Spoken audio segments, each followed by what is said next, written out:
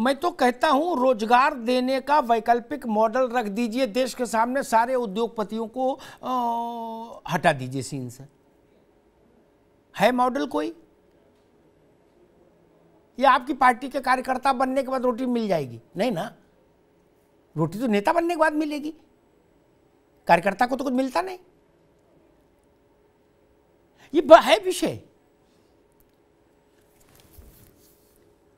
चाहे कोई, मैं एक उदाहरण, एक दृष्टांत अपने जीवन का देता हूं, उससे भी पता लग जाएगा कि देश की राजनीति कैसे चलती है। इसमें विवाद टीवी पे हम आप कर सकते हैं, हम और अशोक जी कर सकते हैं, हम और आनंद जी कर सकते हैं, त्रिपाठी जी कर सकते हैं, पीयूष कर सकते हैं, लेकिन जानते सब वही सच्चाई। ऐसा थोड़ी कि मैं कोई अकेला जानता हूं, सब जानते हैं, लेकिन उनकी भूमिका अलग है। वो लोग पार्टियों के प्रवक्ता हैं।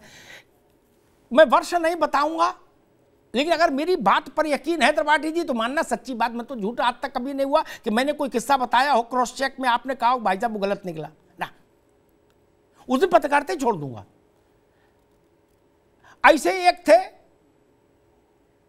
जगलर टाइप के बड़े कारोबारी, बहुत बड़े, तो बहुत दिन से कह रहे थे, तो एक बार हुआ कि भाई चलो दोपहर भोजन करेंगे, तो हमने उनसे पत्रकारी उत्सुकता के कारण पूछा, आनंद जी आप भी सुनो, उस समय एक नई नई सरकार आई थी, मैंने भाई क्या चल रहा है सिस्टम, पूछते ही हम लोग। तो उन्होंने कहा कि भाई जी देखो, मेरा तो पुरानी में भी सीधे था, इसमें भी सीधे है, मुझे नहीं पता सिस्टम क्या, मैं तो उन्हीं के हाथ में देता हूं कागज और उन्हीं के हाथ से कागज लेता हूं। क्या ये कौन सी समिट है? अब नाम यहां नहीं बताऊंगा, कोई भी फोन करेगा तो नाम बता दूंगा,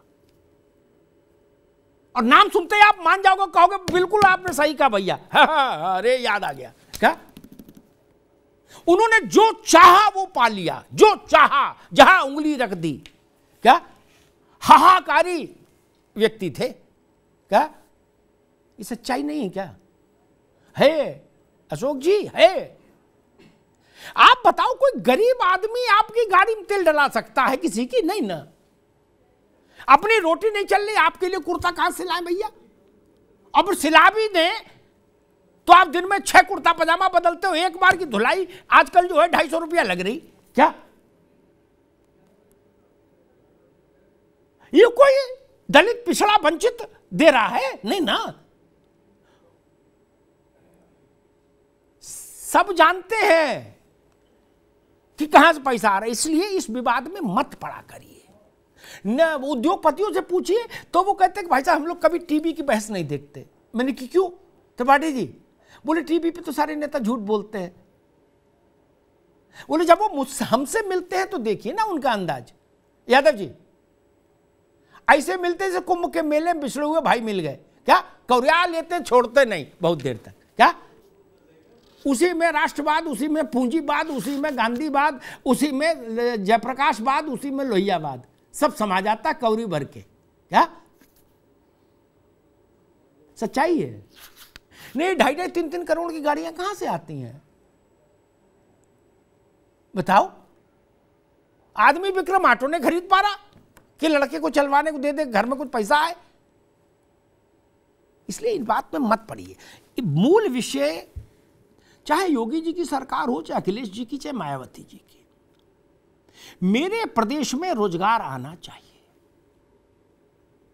मैं तो नहीं बना सकता, अब मैं इच्छा रख सकता हूं, लेकिन मुझसे कोई ये योगी जी ये कहेंगे अमिताभ जी आप एक काम करो, ये 100 कोल्ड स्टोरेज बना दो तो आलू की समस्या सुलझ जाए। 100 कोल्ड स्टोरेज?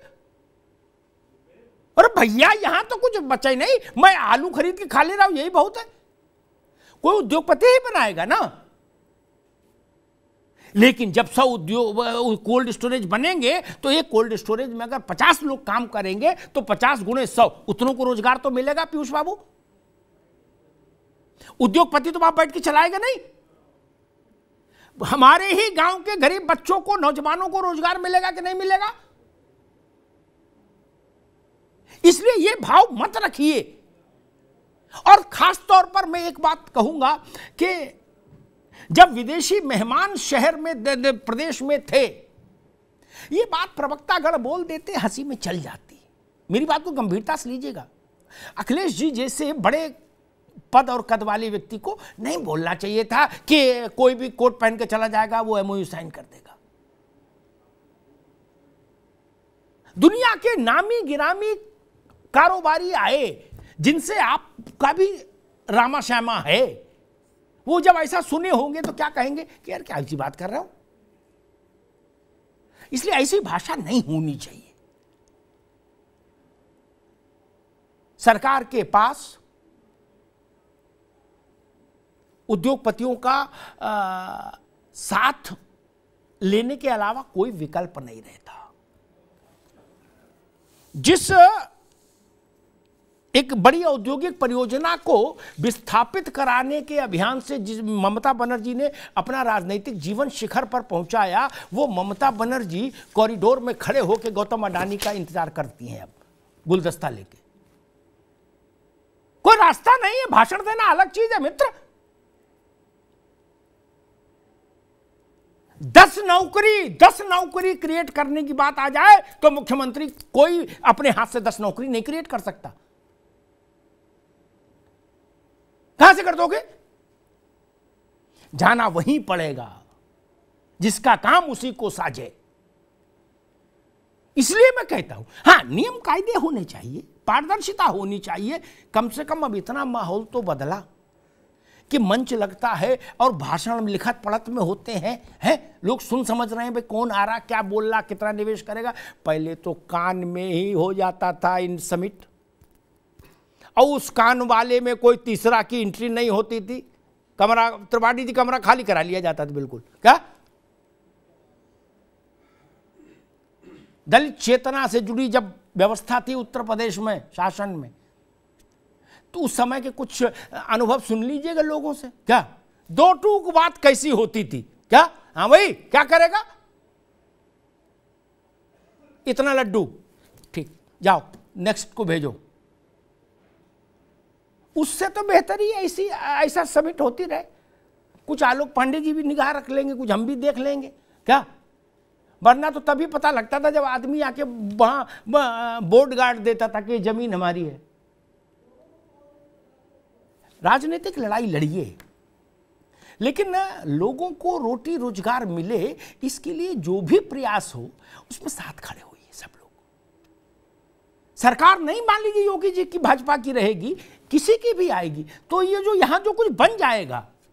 मायावती जी के समय में एक एक्सप्रेसवे बना, मायावती जी सरकार में तो फिर कभी आई नहीं दोबारा। वो क्या अपने घर ले गई? नहीं ना। अखिलेश जी ने बनाया आगरा लखनऊ, उसके बाद वो भी सरकार में नहीं आए, अखिलेश जी उसको गांव ले गए झोले में रख के। नहीं ना, हम ही लोग चल रहे हैं। योगी जी ने पूर्वांचल बनाया, योगी जी अपने साथ ले जाएंगे वहां गोरखपुर? नहीं ना। ये देश की संपत्ति सृजित होती है, राष्ट्र की संपत्ति सृजित होती है। हम लोग आएंगे जाएंगे मित्र। ताजमहल नहीं ले जा पाए शाहजहां साथ में, बाकी कौन भाई का लाल क्या ले जाएगा? काहे को परेशान हो? लेकिन 1970 का भारत देखिए, क्या आज उस दृष्टि से हम जीवन जी सकते हैं? अपने लोगों को रोटी भी नहीं दे पाएंगे हम। इसलिए इसका स्वागत किया करिए खुले मन से। जिन मुद्दों पर आपत्ति जतानी चाहिए उन पे विपक्ष मौन हो जाता है, और जिनमें रॉन्ग नंबर डायल होने की 100% संभावना होती है उनमें बावला हो जाता है। यही समस्या है। अभी 10 स्कूलों में टॉयलेट ही कोई उद्योगपति बनवाए तो लाभ की बात है ना। 10 स्कूल ही खोले, सरकार जमीन दे दे वो खोल ले, एक पार्टनरशिप में हो जाए, फीस पर नियंत्रण रहे ताकि सरकार का, छोटी बात है। कुछ मास्टर लगेंगे, कुछ और लोग लगेंगे, बच्चों को शिक्षा मिलेगी। ऐसे बहुत सारे उदाहरण मैं दे सकता हूं। मैंने एक्सप्रेसवे का उदाहरण दिया, और जो एक्सप्रेसवे अभी मैं देख 12 तारीख को एक उद्घाटन हो रहा है। भाई मैं भाजपा कांग्रेस के चक्कर में नहीं पड़ता, मुझे बड़ी प्रसन्नता हुई। मैंने गडकरी जी को लिए उसको धन्यवाद कहा कि पता लगा 2 घंटे में दिल्ली से जयपुर, अभी 6 घंटे लगते हैं। मेरा तो मन आनंदित हो गया। कोई पार्टी हो, उससे क्या फर्क पड़ता है? सपा वाले नहीं चलेंगे उस पे, वो भी चलेंगे ना। लखनऊ आगरा वाले पे आनंद दुबे भी तो चल रहे हैं। और परी चौक से आगरा उस पर सब चल रहा है, वो तो है तो बसपा ने बनवाया था सरकार। पार्टियां नहीं बनवाती, सरकार बनवाती है। भूमिका में सरकार होती है और सरकार शाश्वत है। संविधान में देखिए, व्यवहार में देखिए आनंद जी, पार्टी की सरकार नहीं लिखी जाती। उत्तर प्रदेश शासन, उत्तर प्रदेश सरकार, मध्य प्रदेश शासन, मध्य प्रदेश सरकार, पश्चिम बंगाल शासन, पश्चिम बंगाल सरकार। किसी कागज पर यह नहीं लिखा जाता ममता गवर्नमेंट, नीतीश गवर्नमेंट, नहीं। ये भाषणों का विषय वस्तु है। संपत्ति राज्य की है, देश की है। धन्यवाद।